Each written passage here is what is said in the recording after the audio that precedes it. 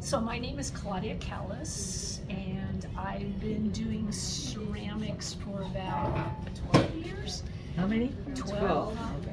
And yeah, if I start talking, I tend to drop off the ends of my sentences, so I'll try to remember to talk louder. Mostly I am a thrower, not a hand builder. Actually, I never liked hand building. Sorry for you hand buildings. But I just am too impatient and trying to get those lines on the corners straight. As you can tell, I'm more sloppy-ish.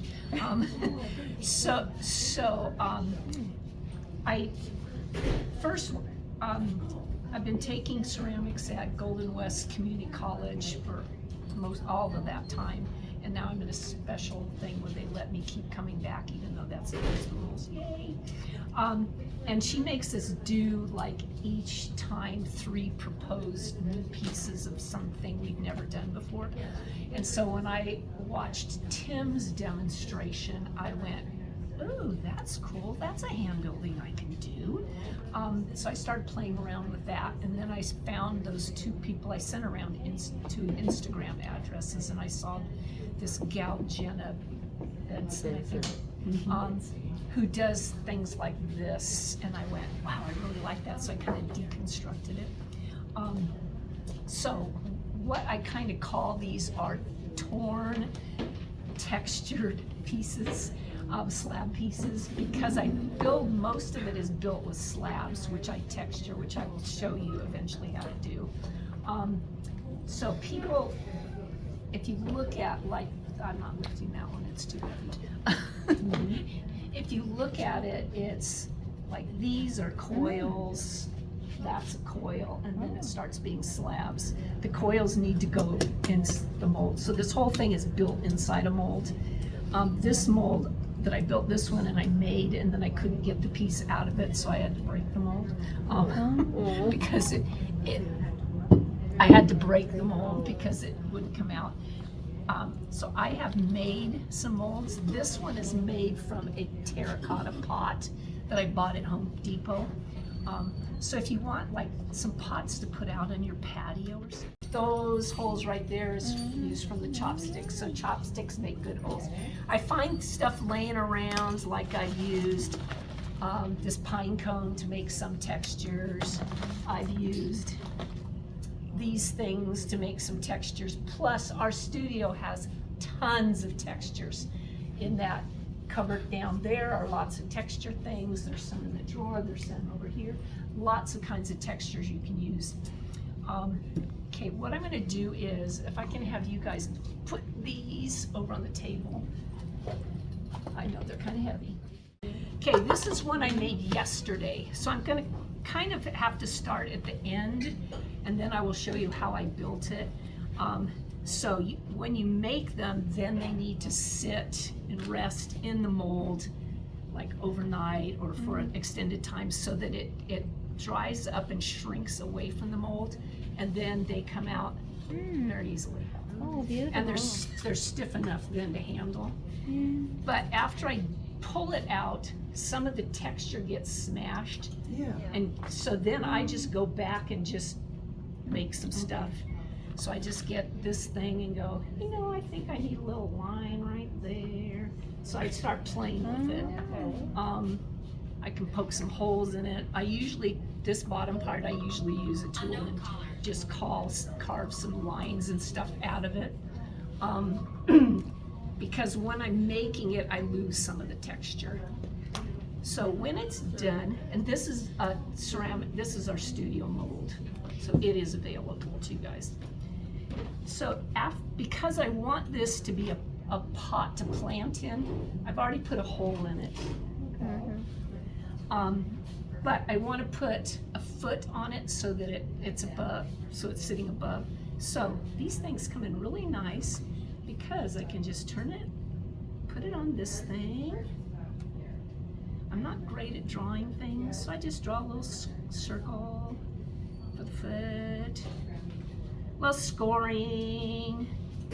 You guys know what scoring and slipping is? Yeah. Yes. Oh, feel free to ask any questions, and if I start getting quiet, tell me. So I'm scoring. So you use different kinds of clay. Thank you for asking that. So there's one piece that are all the same kinds of clay, and it's just oxides that are back there. So red iron oxide, the ones I use most are red iron oxide, rutile, and one of the black ones. I forget which one that is. I'd have to look like black cobalt or something. What is your clay? So this is Long Beach. This is either B-mix or porcelain. Somebody gave me a bunch of clays that I didn't know what they were, and that's what I started using. This is Black Mountain, Rio, Long Beach. Okay, so you are using our... On this one is lots of different ones, but they're all are from here. Some of those have some recycle from Golden West, but it's all high fire clay. It's just mixtures of clays. Okay, then I did a little coil ahead of time. So I just take this little coil. Oh, it's a lot fatter, that part.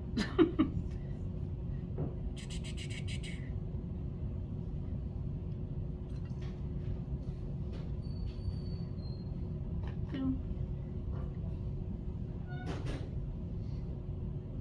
No, too big. Isn't it fun to do all this in front of me? So if you use the same clay, do you do those oxides or whatever before you put it on the? No, so the oxides are after when it's bisque. After. Yeah. Oh, after this. Good thing you asked Wait, that. after this? Yes. Because, you know, there's so many different colors. Okay. Otherwise, I wouldn't put all those different It's colors. too slow. So, I was gonna take some and pour it in clay and mix it up. No. Good question, thank you. Yeah. That's another thing is when you've done stuff a few times, you forget all yeah. these minor little things that I forget to tell you guys about.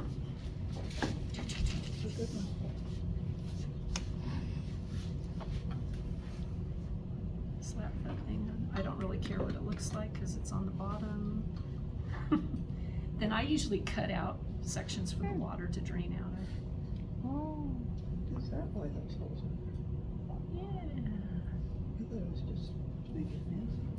To make it fancier. Okay, and of course I have to put my name on it, so it'll get fired. Okay, then if I had a paddle, I'd paddle it down a little bit. But my hand will work just fine. And then I just kind of tap it a little bit. Okay, so then this would go into be bisqued. And then after it's bisqued, then I'd start deciding, okay, maybe I don't really like the way the Long Beach color comes out. So then I can take an oxide and put it on that part. Okay. I usually oxide this stuff down here because the oxides make the textures jump more. And I usually like red iron oxide. You can make it different colors. So if you look at mine, some of them are darker and shinier. It's because I didn't wash the iron oxide off. If you wash it off, it's lighter. If you leave it on, it gets a darker kind of shiny color to it. And when I oxides, I just do parts of them. The parts that are white, I usually put the black thing in there. Black, whatever, I don't remember, sorry, I don't remember which one it was. I was gonna look that up before I came. And then I wash that off and it ends up like in the cracks. Yeah. So that it makes the thing kind of pop out. I also forgot to say those, I'm gonna come through here. I'm also just gonna put this, sorry. I took some colored clay and dried it out and kind of ground it, and then I rolled the coil in that, and it just picked up the pieces of the red colored clay. And this one has some little blue stuff in it, and that's the same thing. It's just flakes of blue clay that rolled the coil in. Yes? So you have those different layers. Do you texture and then set it in? Yes. Okay. Because now I'm gonna build one in Oh, front of so we can. this thing. So first thing I have to do is put the bottom down. So the hardest part of this is the preparation, because you need to prep all the stuff before because it will dry out quickly. So I prep it and then wrap them in plastic, because as soon as I start putting it into these plaster molds, the molds start sucking the water out of the clay. So if I start building the bottom, by the time I got to the side, the bottom's gonna be like drying and I won't be able to stick. I don't use, when I do this, I do not use slip or scoring because the clay's wet enough to stick together. Kind of like when Tim did, if you watch Tim's demo, he doesn't use it either. It just, you can put it together. So over here I have all my stuff that I prepped. So this is to make the bottom of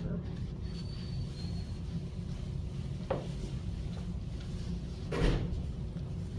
So what I usually do is prep like 3 or 4 big slabs and I texture them.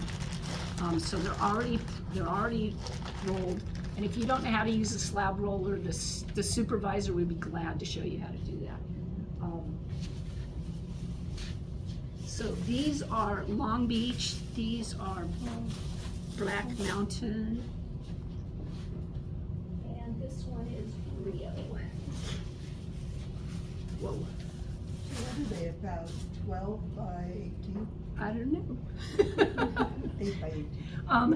Most of the time I just make ones about this big and then slap them together, but this time I made big ones. So I want a piece to go in the bottom and go up a little bit on the sides because my next layer's got to stick to that. So since these are torn, basically what I'm going to do is just tear the edges because I kind of like that look better than plain. 1/4 inch slab? Yes, 1/4 inch slabs.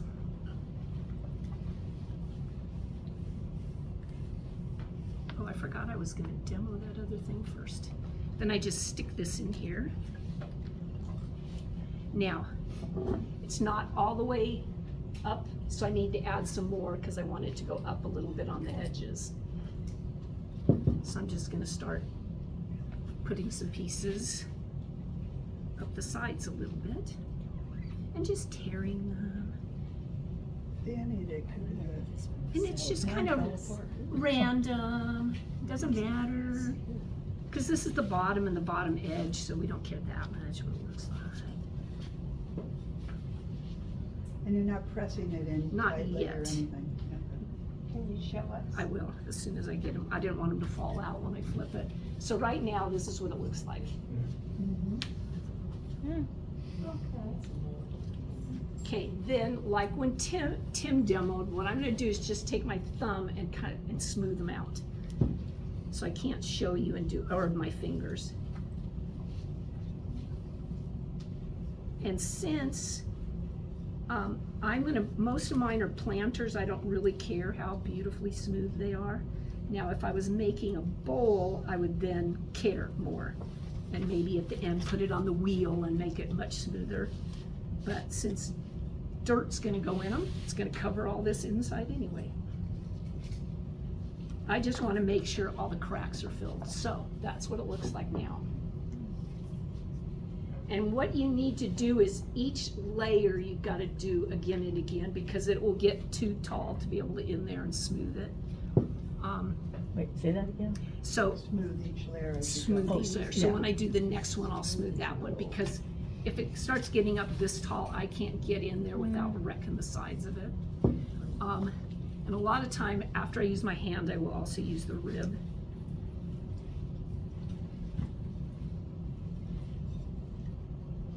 And just smooth a little bit.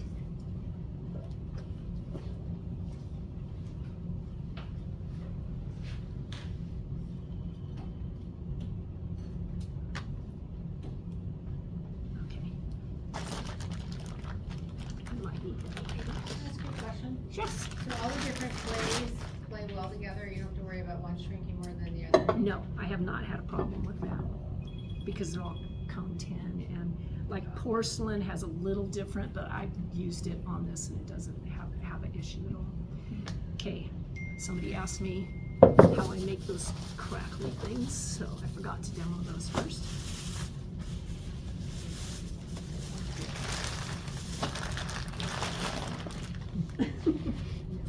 Actually, that would be good to not have that all. And my finger textures we don't look like.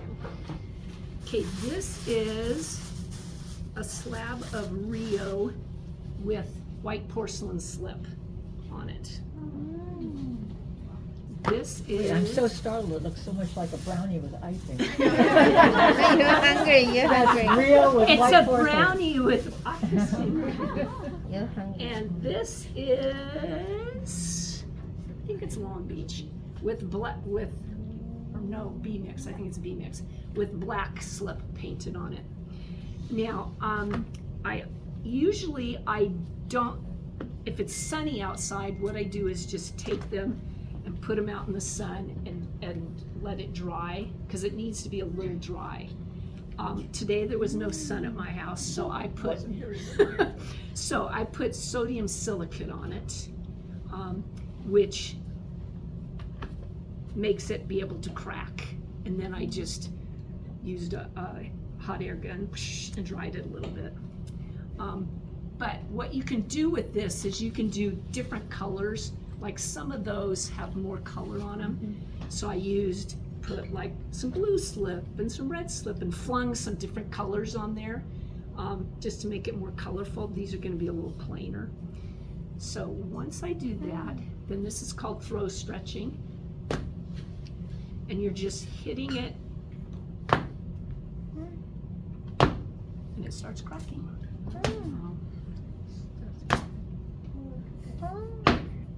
And if you have parts that, like this one's not doing it, so then I can just do that to it.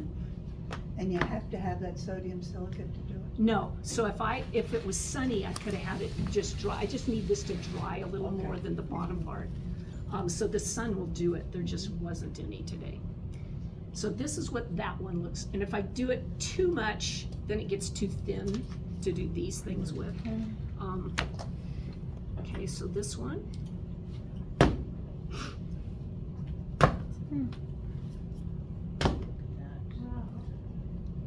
This was thicker, so I can do it.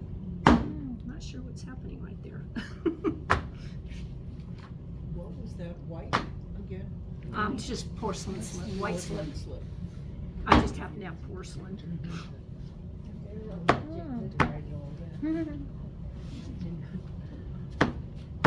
Claudia, can you move that water bottle? Okay, that makes sense? Yeah. And then sometimes I will even take a rolling pin and smooth it so it's all one, because this right here has a bump right in the middle, but I'll deal with that when I start to build it. Here it is. Okay, so then I'm going to start on my first layer. Now, if you want to do coils or those circle things, they need to be on the mold. They're really hard to make them up once they go above the mold, so you keep that stuff in the mold. Now, what I'm going to do is put these things, they look like this. They are, people ask me how I do these. So, this is Rio. This is ball clay. It's a chemical they use to make glazes. I've also done it with just dried porcelain. And I just take one of these, cover it with the ball clay. What is that? It's called ball clay. And it's just dry, it's a dry clay. And then oops, there's a lump in this. Roll it. Sorry if you can't see. And it starts having that kind of look on it. So it starts crackling. And that's how I made these guys. And then I just make them into. So you could make them without the ball clay? Oh, for sure, yeah. So the ones that have that are just white on there, or just, there's some plain ones on some of those pieces. So where do you get ball clay? You just Your clay up? I have done that, just dried clay and then made it. I actually got this at Golden West. We have to make glazes. That's part of our class. So I got the ball clay from there. We could probably figure out a way to sell some. Aardvark has it, probably. Yeah, Yeah, but 'cause I you mean, can we, buy it. we always have it for making Yeah, I'm glazes, sure so we have it could, here. we could figure out a way to sell small amounts. Okay, then I kind of smash them a little bit. Then I decide which side I like better. And then I just take it and push it onto the side. So what I've done is stuck it on the bottom part. It's totally on the bottom part? Not, so part of it, about half of it is above it. Yeah. And then I just, like that side. Because what's gonna show is the torn part will be this part, and then that'll be above it. And you don't have to do any scoring? Just- Nope, because the Wow. clay's still pretty wet. Wow, wonderful.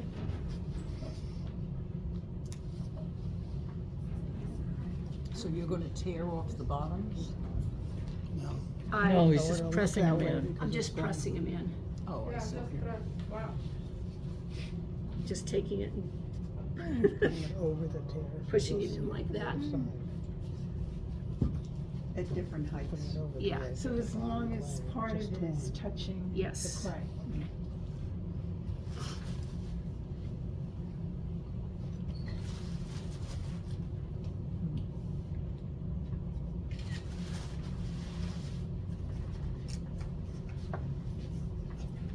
So this is all the stuff you have to do ahead of time. And then I never know, like I'm not good at judging how much to make. Okay, so now I have a layer of these spirals. Okay, so what I have to do next is attach those to the bottom part that's there. So I just start using my fingers and pushing down. And I'll show you in a second.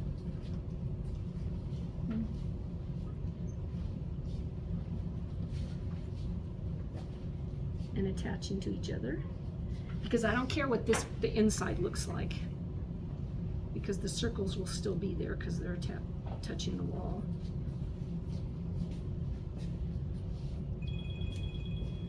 That's the smoothing out basically of the second layer. Yeah.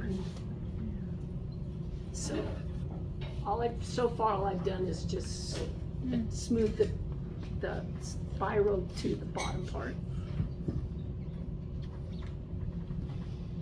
Then I start doing up higher. And I'm just going like this.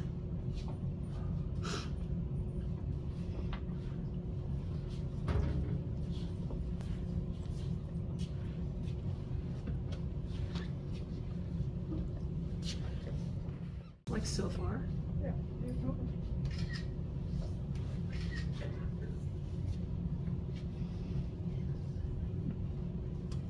Makes sense? And I had thought of doing that, but I stopped that thought because I figured I'm just Smashing. losing my texture.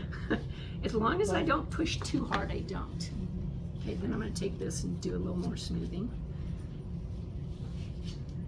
So far, I haven't messed up my textures on the pieces I've done so far. Okay, then sometimes I made some foils in here someplace. Here. I took, they start falling apart. I took Long Beach and I've never done this before, but Long Beach and Black Mountain and kind of twirled them. What I'm gonna do is just put a coil around the top of all these things, just to add something else kind of interesting. What's that little green thing called again? This, Rib. a rib. Rib.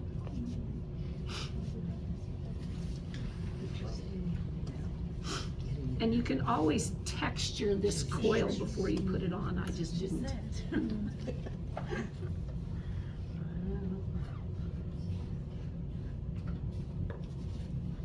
And it's always a surprise to see what turns out when you finish the whole thing.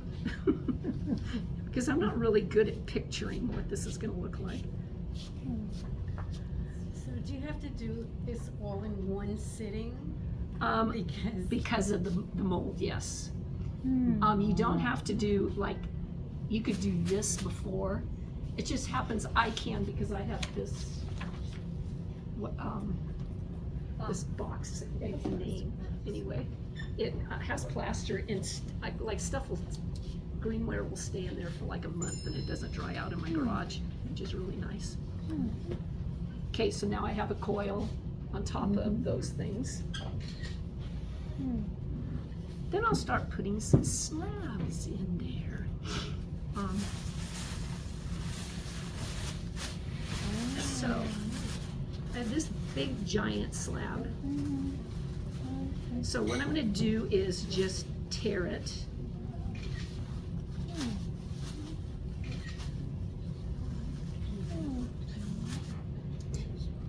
And the texture part is gonna go against the mold, and the torn part is gonna go up, because that's the part I want to show. So I don't really want this whole big piece, so I'm gonna tear some of it off. So I'm gonna just take this. Do you want me I can just totally do that. Sorry. It's mine. And I need to put at least an inch of it onto the layer below it. Oh. So it's covering the circles a little bit. Yes. Okay. So all of this will not show. Okay. So like when I do it, like the circles will show, and part of this will be behind the circles. And does this texture hold its texture when you take it out? Not always. Okay. Not always. Depends on how hard I push it. Okay. Who wants with this guy? Just for a different texture. So this one has a different texture on it.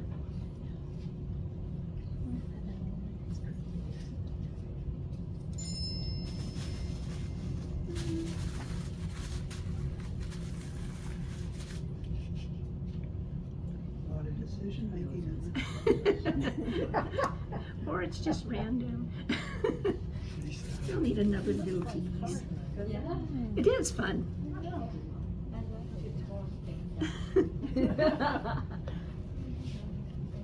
Okay, so right now, that's what it looks like. So then I'm gonna have to smooth that in and attach it.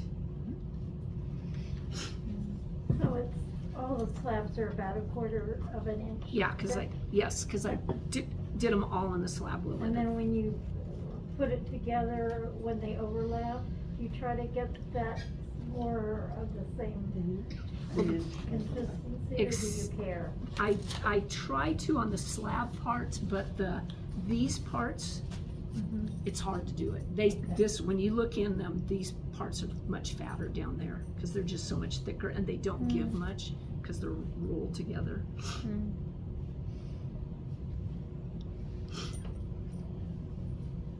If you leave it for a day, is it hard to get it out of the mold? No, that one that I pulled out. Yeah. I made Oh. yesterday afternoon and Okay. just left it in there. It just Till shrinks it today. up. Yeah, exactly. If the mold is smooth, it just pops out, which that one piece, I threw it and I had a little part that was different and it got stuck. So then I had to break that mold. Well, it has to flare out. Yes, either flare out or be totally straight, but it can't do a little thing like this, because then it will not come off that part. Is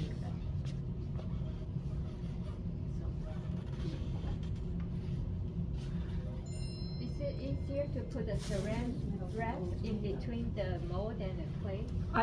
I have never done that, but I've seen there's one of those Instagrams I showed you. This gal will use, like, she turns a wok upside down, covers it with saran wrap and builds on that. But I have not tried that. That's my next thing, is I wanna play around with that. Like a walk wouldn't necessarily try it because it's not gonna absorb any Yeah. moisture. Which is why I keep just using molds, Yeah. which is what, What is that mold made of, and do we have them? this is our mold, Ceramic clay. and it's, yeah, Plaster wrap. it's plaster Paris, but I think it Or is is. it just like a bisque? I don't know if it's clay? bisque or not. I think it's, plaster. but have made my own, and they're just bisque fired clay that doesn't have a lot of grog in it.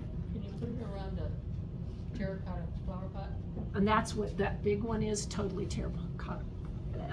Yes, Can we use the paper between the paper or something? I would not, because the clay would stick to the paper, and you want these things to absorb the water so that you can pull them out. And if I had newspaper, if I pulled it, it would be going sticking in. So when you make a bisque mold, are you very careful about smoothing the inside of the? Yes, but I don't care what the outside looks like. Right, but the Yes, inside needs to be smooth. I hate to say this, but I have to do it. So remember that the rule is that you're not supposed to leave your work in a mold overnight. So the best thing would be to make it early in the morning and then on a Tuesday or Thursday, and then come back. Okay. or if you bought, like I bought terracotta pots. Or buy terracotta Because then it's pots, that's yours, right. or make your own and then it's yours. That would be a good demo, just making, So this is what it looks like now, Mm-hmm. fairly smoothed. You really mess it all together inside. Yeah. Okay, since I really like these things, I'm gonna do that one next. We'll just do a little tearing. No, that looks like gingerbread cooking. Yeah. And this piece is thicker than these, Ah, just this is because gonna come up. it's gonna come above it. Oh, Yeah, you ah. can do that. Above. I just need to support it with my hand, because if I do that, it's just gonna flip over. So you don't consider the shrink rates of any of your clays, you just go. Yeah, because so far they all shrink similarly. I love that you just tear it. Yeah.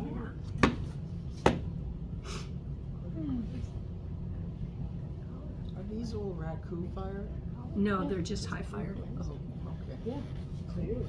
That's beautiful. You see them do that with a throwing pot. Keep that stuff on. And then I kind of stretch it out so that it's wider than the pot is.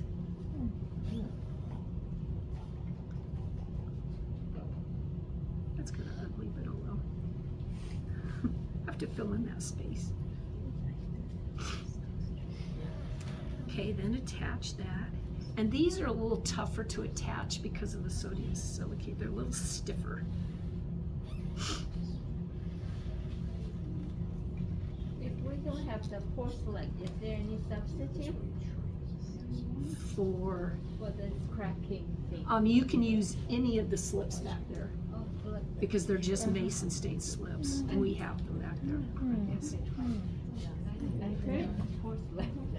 And there is a white slip back there, right? Yes. That's what I thought. Because since I'm not putting a glaze on it, it will stay white.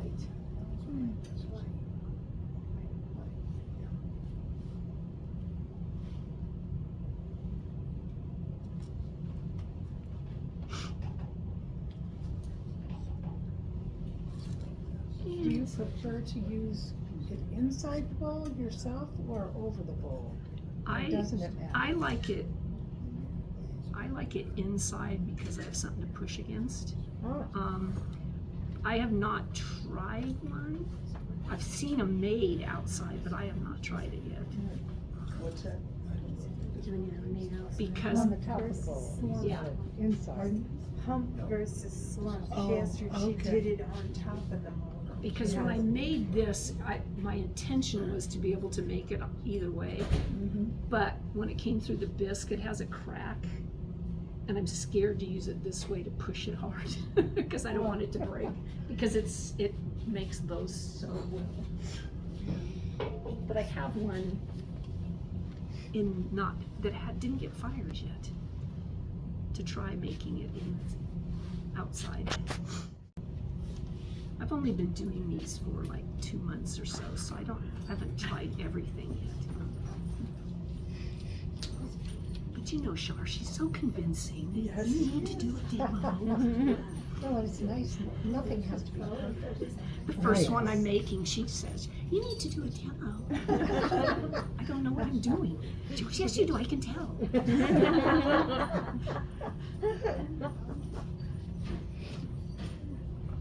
Okay, what I like to do then on these, once it gets above this, is I like to kind of turn it down. And take the edges and kind of do them like that. It just adds another little fun thing to it. But you don't have to. It's all personal taste. It's your personal artistic touch. Exactly. Okay. We're gonna go higher. Control this guy.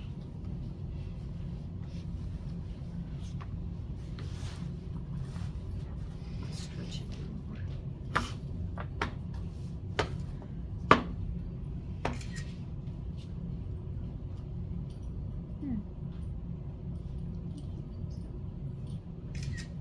Are you still giving yourself about an inch of overlap? Yeah.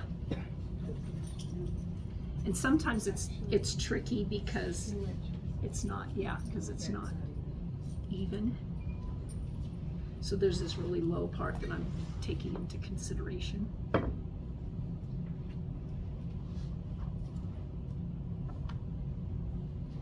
fire them here at our studio or at I fire some here and some at Golden West. They're okay with it, I mean, as long as we don't go too high. 18 inches. Right. And what's the height? 18. And the good thing about them is when you do the high fire, you don't have to use a cookie because there's no glaze. Because there's no glaze. The added benefit. Not even a clear, you just. I don't put a clear on it, no, because clears turn gray. And I don't Why like don't you use a clear? I didn't know. It turns gray. it. Turns gray on the darker clays, and I don't like the look. Even B makes it turn gray.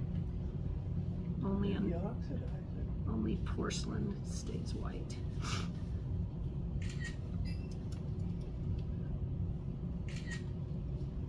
I'm also smoothing where I join the two. So I have to smooth those so that they stick together. And you guys always know. Thank you. Oh, I forgot about you. Okay, so I still need some more over here. Let's do a little black mountain.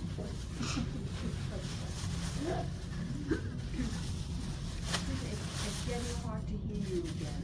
Okay, that's because that part was pretty much talking to myself. So when I do them this way, I lots of times put the texture, because I know I'm going to tear it in half. So I put a different texture on both sides.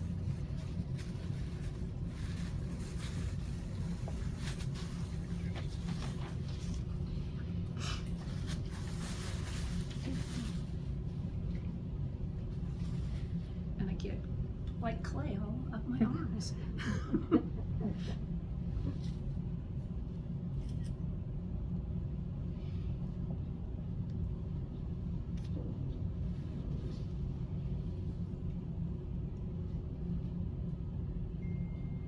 A friend of mine at Golden West said I need to start bringing them in like this, but I haven't tried that yet.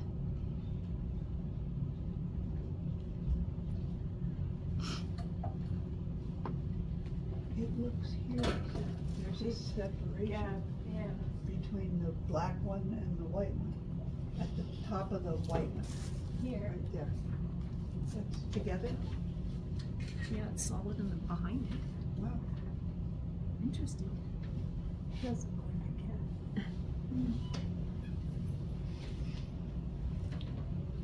The parts I have trouble when I get holes are in between these things.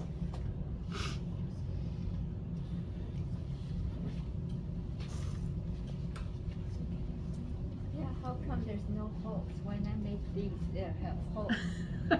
Well, I also went like this. Oh.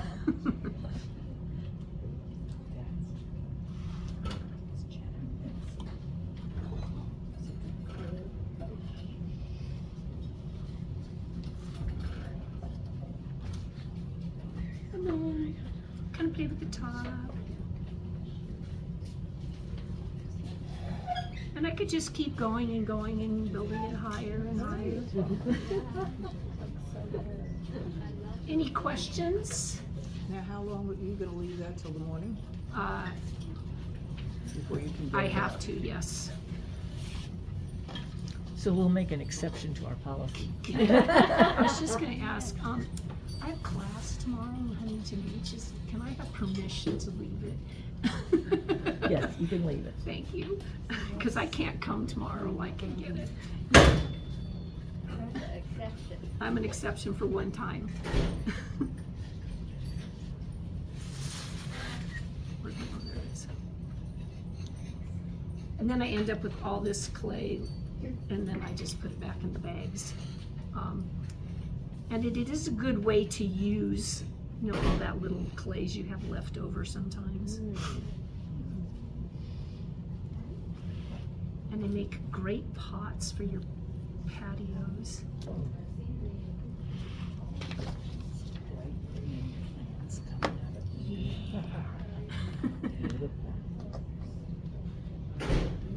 Okay, any questions? Did you put the hole in the water? I have not yet, because I was thinking, how am I gonna cut it without using a metal tool on the mold? So I'll wait till I take it out and then I'll cut it out. And then you use a coil for the foot? Yes, And do you cover it when you leave it? I do not. Oh, interesting. Sometimes I have covered just the top part, because this is the part I want to dry the most. When I put it in my garage, because my garage gets hot. So sometimes I put it. We can't hear you. I said sometimes when I put it in my garage overnight, I do cover the top because my garage gets really hot. Because the sun beats on it and it's closed up. Very nice. Beautiful. Then you can always, you know, do those things with poking holes and putting texture on it. And can you put it outside to dry? You probably could. I never have. Haven't tried that. Well, I'd be a little nervous that this would dry much faster than this part down here. yeah. Because I want the moisture to kind of even out. How long does it usually take to dry? Enough to be quiet. Well, that takes a while. Okay.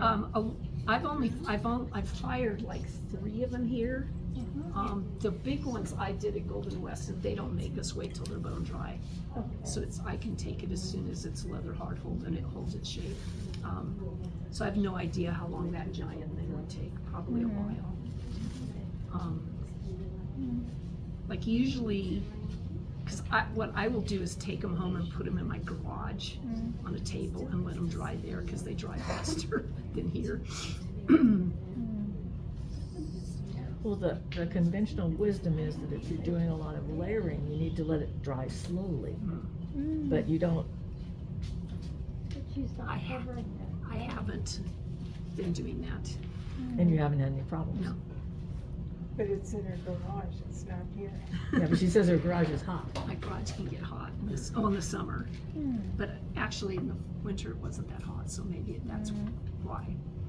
Because I didn't make any of these in the winter, because I just started doing them.